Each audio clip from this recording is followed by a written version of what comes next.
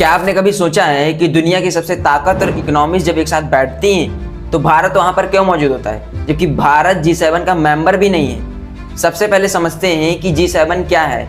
G7 यानी group of 7। यह दुनिया की 7 प्रमुख डेवलप्ड इकोनॉमीज का एक समूह है।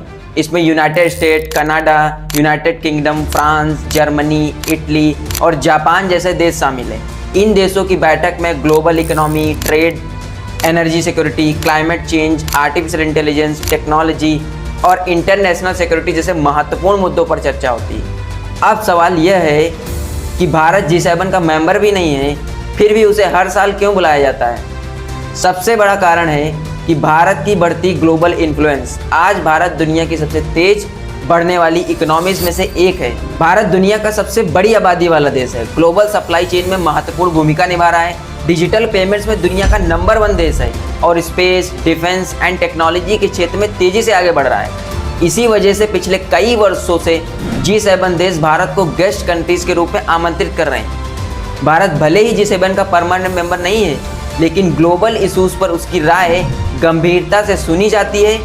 भारत G7 की बैठकों में ग्लोबल साउथ यानी डेवलपिंग कंट्रीज की आवाज़ उठाता है।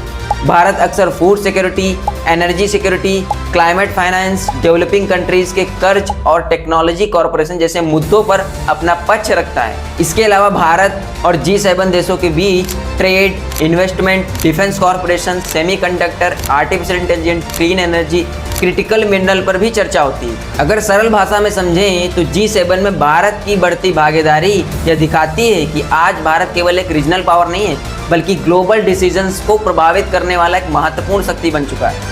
और यही कारण है कि भले ही G7 का मेंबर भारत नहीं है, लेकिन दुनिया की सबसे प्रभावशील बैठकों में उसकी उपस्थिति लगातार बढ़ती जा रही है।